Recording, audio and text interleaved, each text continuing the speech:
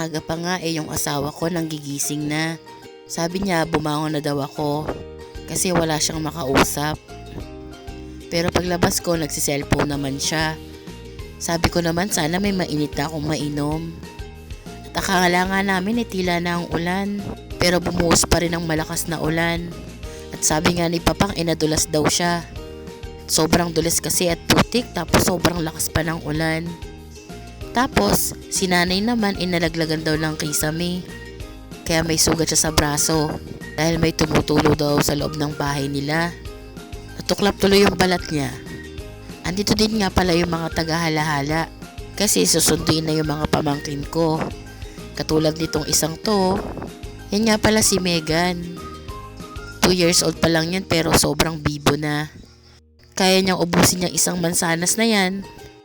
Kahit sobrang liit niyan pero ang lakas niyang kumain. Sobrang kulit pa. At eto nagdidilim na naman ng kinatanghalian.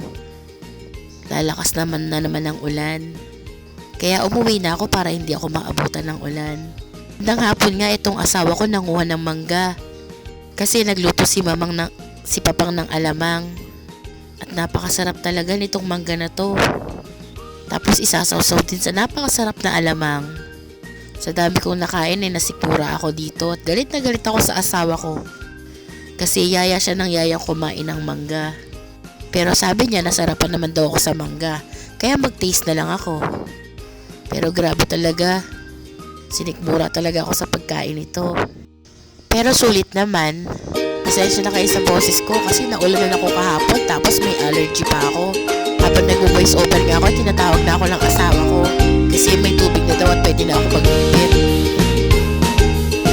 Naririnig nyo ba? Tinatawag na ako. Ito nga pala yung alamang at saka yung mangga na kinakain namin ng asawa ko. Diba ang sarap? Nagbenta nga pala kami nila at napakamurang halaga lang. 30 pesos per kilo. At sobrang sulit ka na. Sa isang kilo